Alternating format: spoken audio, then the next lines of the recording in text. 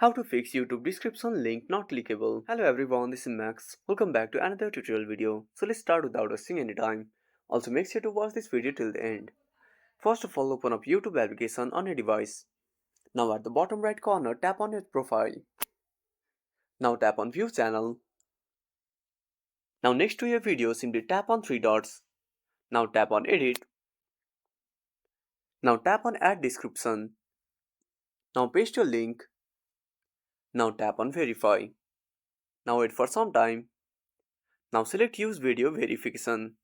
Now tap on next and click on verify. Now enter your phone number and tap on next. Now enter your code and tap on next. Now, once your phone is verified, wait for some time. Now scroll down and tap on I agree.